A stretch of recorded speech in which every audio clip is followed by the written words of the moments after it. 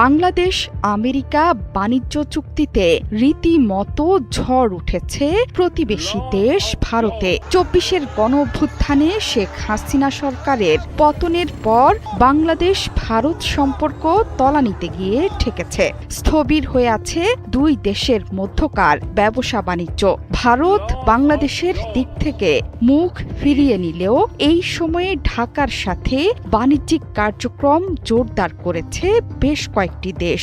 এর মধ্যে আছে পাকিস্তান, চীন এবং যুক্তরাষ্ট্রের মতো দেশগুলো। কিন্তু এবার ভারতের মাথায় যেন আকাশ ভেঙে পড়েছে একটি চুক্তিকে কেন্দ্র করে। বাংলাদেশ যুক্তরাষ্ট্রের মধ্যকার বাণিজ্য চুক্তি নিয়ে উত্তাল ভারতের লোকসভা। সেখানে উচ্চ কণ্ঠে মোদির সমালোচনা করেছেন কংগ্রেস নেতা রাহুল গান্ধী। এই চুক্তিকে ভারতের জন্য দুঃসংবাদ বলছে কংগ্রেস।